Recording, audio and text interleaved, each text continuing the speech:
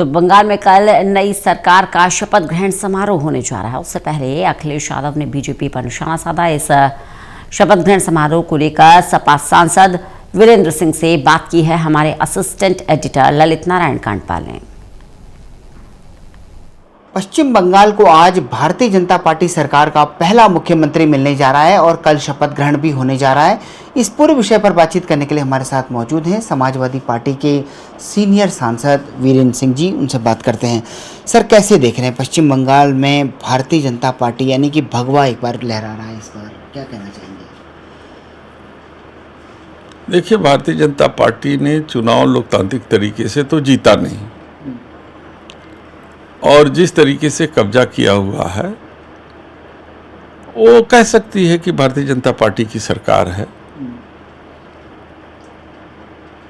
कल अखिलेश यादव की मुलाकात हुई और उसके बाद श्रमिक भट्टाचार्य का एक बयान आया कि 0 + 0 = 0। फिर से पूछिए, क्या कहे? कल अखिलेश यादव की जो मुलाकात हुई उसके बाद बीजेपी ने एक रिएक्शन दिया कि 0 + 0 = 0, यानी कि अखिलेश यादव भी 0 हैं और ममता बनर्जी भी 0 हैं, तो यानी कि 0 ही बताया उन्होंने। ये समय प्रतिक्रिया थी। नहीं, समय बताएगा कि 0 का क्या महत्व है। शायद विवेकानंद जी का वो भाषण उनको सुनना चाहिए, जिन्होंने अमेरिका में जाकर 0 पर अपना व्याख्यान दिया था। ये बंगाल की धरती है, तो कम से कम विवेकानंद जी को याद करना चाहिए, उनको पढ़ना चाहिए बयान देने से पहले। वहीं दूसरी तरफ अगर उत्तर प्रदेश में देखा जाए तो चीफ सेक्रेटरी ने एक बयान जारी किया है। उन्होंने कहा है कि सभी सांसदों और विधायकों का फ़ोन उठाया जाए। उसको लेकर आप क्या कहना चाहेंगे? देखिए, ऐसे आदेश तो कई 1 दर्जन से ज़्यादा बार जिलों में चले गए हैं, लेकिन अभी तक तो कोई अधिकारी विपक्षी सांसदों का फ़ोन तो उठाता नहीं। सम्मान करने की बात तो बात है, प्रोटोकॉल की बात तो बात। खुद प्रधानमंत्री जी जब दौरे पे जाते हैं तो वहाँ के सांसदों को कभी प्रोटोकॉल नहीं जाता है। तो जब खुद प्रोटोकॉल का पालन नहीं करते हैं तो उनके अधिकारी कैसे पालन करेंगे? ये तो सोचने का विषय है। वहीं एनसीआरबी का एक आंकड़ा आया है जो बता रहा है कि उत्तर प्रदेश की कानून व्यवस्था बेहतर हुई है। क्या आप मानते हैं ऐसा? देखिए, आंकड़े कम या बेसी करना यह राज्य सरकार के हाथ में है।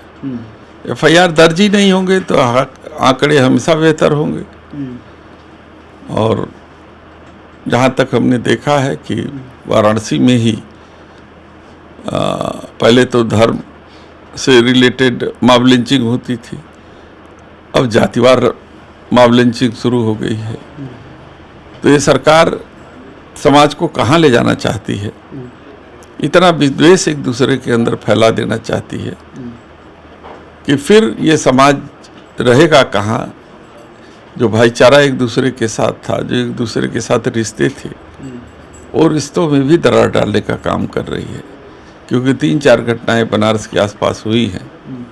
एक गवाहपुर की घटना है, एक अभी सिंधोरा बाजार के पास एक घटना हुई है, उससे पहले जो है चितौना कांड हुआ था, और तमाम तरीके से ऐसी घटनाएं हुई हैं, और ये बड़ा चिंता का विषय है। एक आखिरी सवाल, तमिलनाडु में सरकार बनाने को लेकर जो जिस तरीके की प्रक्रिया चल रही है, राज्यपाल ने जिस तरीके से नंबर्स मांगे हैं, उसको लेकर आप क्या कहना चाहेंगे? देखिए, भारतीय जनता पार्टी की सरकार में और उनके द्वारा नियुक्त राज्यपालों से इसे ज़्यादा उम्मीद की नहीं जा सकती। मेरी तो मांग ये है कि समान विचारधारा के जो लोग हैं वो आपस में बैठ करके एक सेकुलर सरकार बनाएं और राज्य को बीजेपी से संरक्षित रखें। हमसे बातचीत करने के लिए बहुत बहुत शुक्रिया। कैमरा पर्सन अनिल के साथ ललित नारायण कांडपाल, टोटल न्यूज़, दिल्ली।